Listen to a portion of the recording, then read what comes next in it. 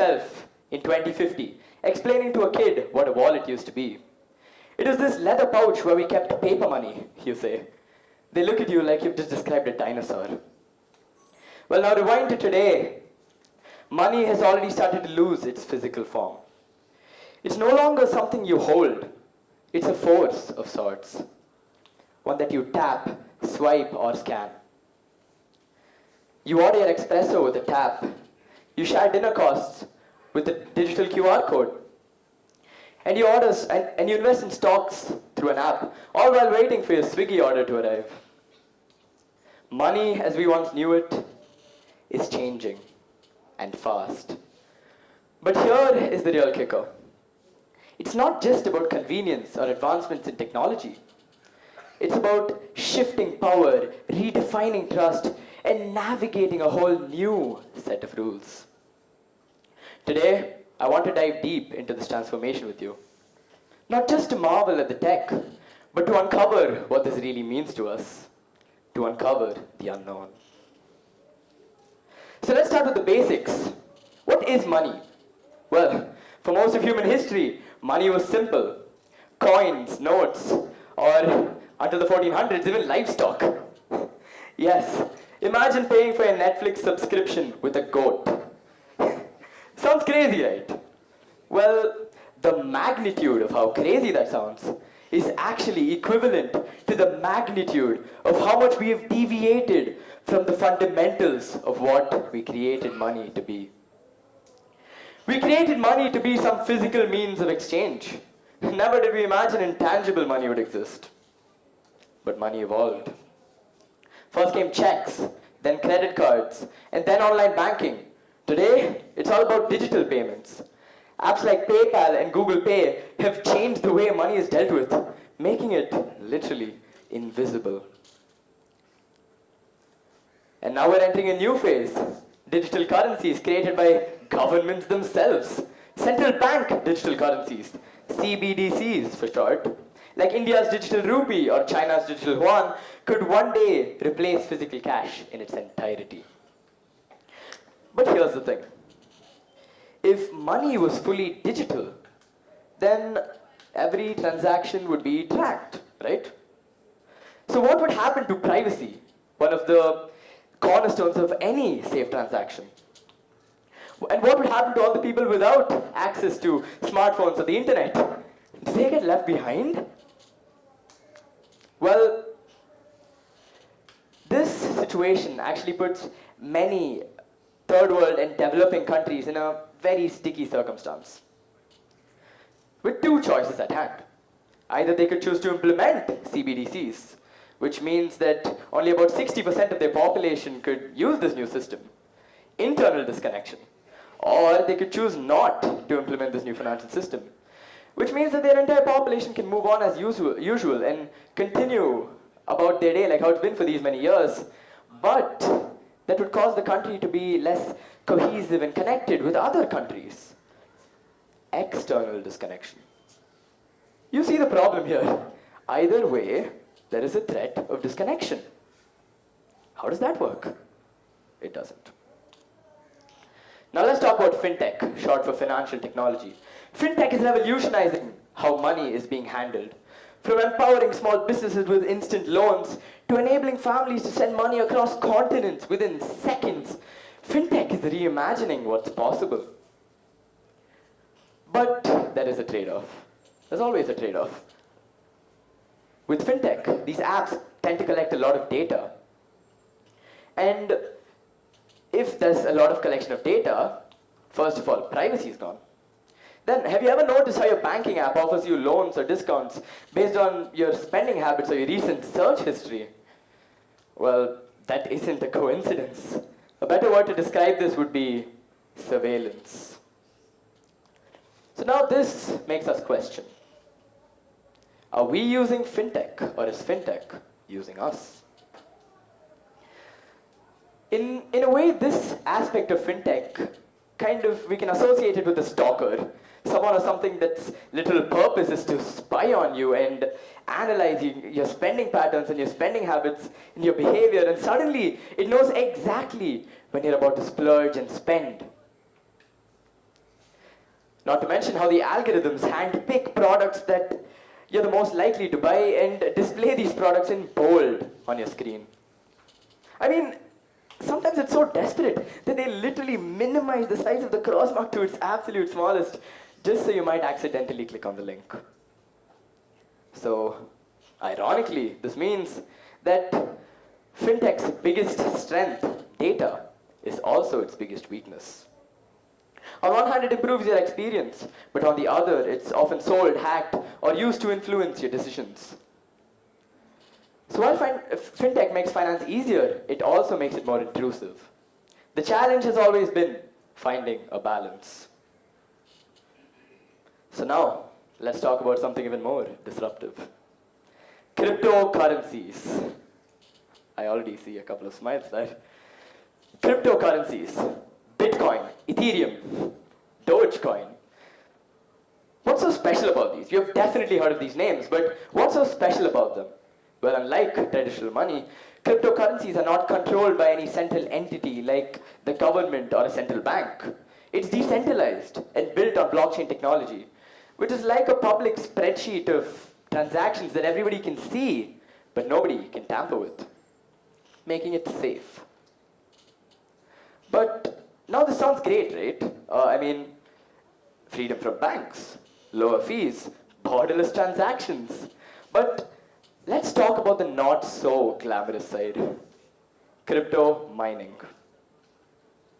Crypto mining is essentially how new bitcoins and new units of other cryptocurrencies are created.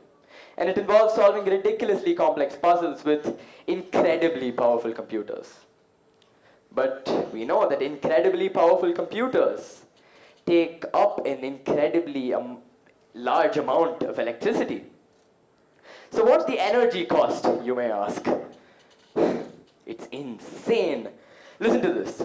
The annual electricity consumption of crypto mining is more than the annual electricity consumption of entire countries. Ethiopia, the Democratic Republic of Congo, Afghanistan, Sudan, and Madagascar combined.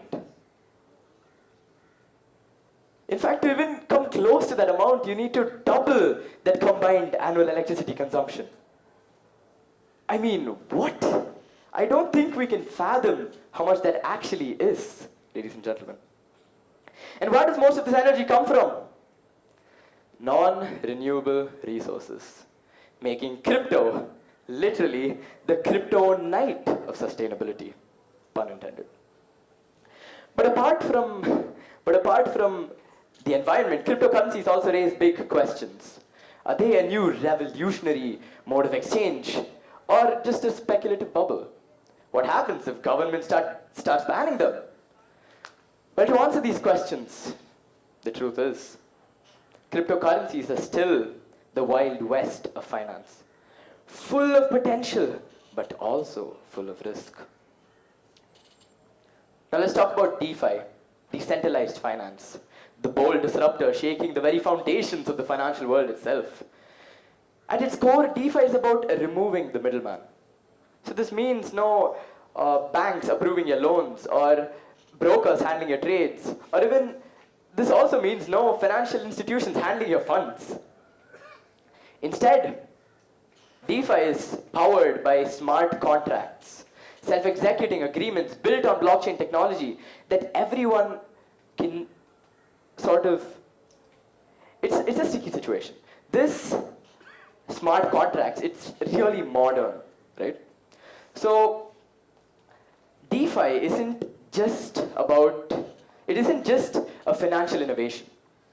It's a philosophical shift. It's a vision of a financial system that is free, open, permissionless, and entirely in your hands. It's a vision of a financial system where a farmer in a rural village can access the same opportunities as an investor in Wall Street, just with an internet connection. But of course, it's not all rainbows and promises. With freedom comes risk, and with innovation comes challenges. But the potential of DeFi to democratize finance, reinvent trust, and empower individuals makes it undeniably one of the most exciting, chapters in the story of money. So now let's talk about some of the places where the promise of DeFi is met with its challenges. Firstly, DeFi platforms are unregulated, which means that there is no safety net.